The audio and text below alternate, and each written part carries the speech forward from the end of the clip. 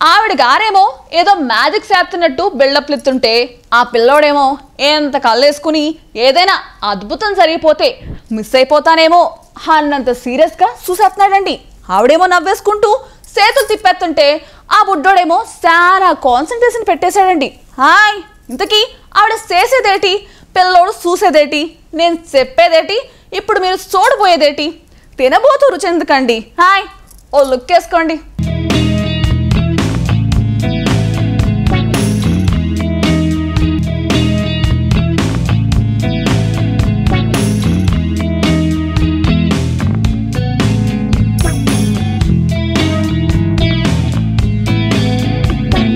School days, ఇష్టమైన teachers, అందమైన బాల్యం, మనకు నచ్చే ఫ్రెండ్స్, కలిసి ఆడుకునే పిల్లలాటలు, తెలియక చేసే పిల్ల చేష్టలు, ఇవన్నీ ఎప్పటికీ పెదాల మీద నవ్వు తెప్పిస్తుంటాయి.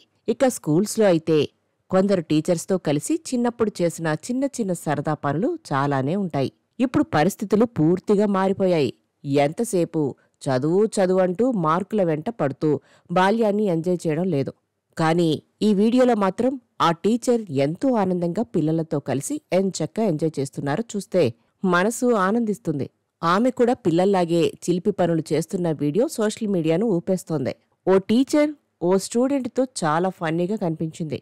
వీడియో చివరికి వచ్చేటప్పటికి ట్విస్ట్. దానికి ఆ పిల్లాడితో పాటు టీచర్ కూడా షాక్ అయిపోయింది.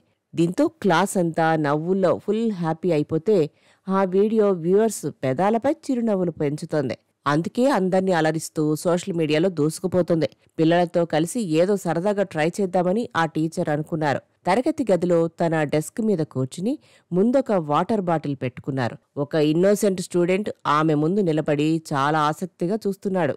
ఆ మేడం నవ్వుతూ బాటిల్ లోపలికి చూడాలంటూ పిల్లాడిని అడిగితే వాడు మరింత ఇంట్రెస్ట్తో బాటిల్ మీద నుంచి చూస్తూ ఉంటాడు. ఆమెదో మ్యాజిక్ చేస్తూ ఉన్నట్టుగా బాటిల్ చుట్టూ చేతులు తిప్పుతూ ఉంటారు. పిల్లాడిలో ఎక్సైట్మెంట్ ఎక్కువైపోతూ బాటిల్ను ఇంకా కాన్సంట్రేషన్గా చూస్తుంటాడు. అంతే, ఆ మేడం తనలోని చిలిపితనాన్ని బయటపెట్టి ఆ బాటిల్ను గట్టిగా ప్రెస్ చేయడంతో ఒక్కసారిగా అందులోని నీళ్లు ఆ పిల్లాడి ముఖాన్ని తడిపేస్తుంది. ఆ పిల్లాడు షాక్. మేడం రాక్ అని ఇక్కడ అనుకోవడానికి లేదబ్బా. ఆ నీరు పిల్లాడితో పాటు ఆ మేడంను కూడా తడిపేస్తుంది. అంతే, పిల్లలందరూ టీచర్తో కలిసి నవ్వుతారు. ఇలాంటి దృశ్యాలు మనసులు ఆహ్లాదపరుస్తాయనడంలో అనుమానమే లేదు.